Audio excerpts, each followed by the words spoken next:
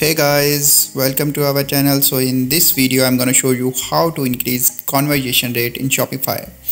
So just you have to got some tips here how to increase conversion rate. So in order to do this, just you have to go to Google Chrome and here you can type increase conversion rate in Shopify.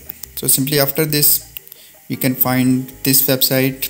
I have read all these instructions and applied it. So this is the very common and easy method to increase conversion. Is just you have 17 best method available here. So you have to click on this first link. So you can check this website and visit this. Now you have to click here. So here you can find the best method to increase conversion rates in Shopify. So just read all these one by one and apply it.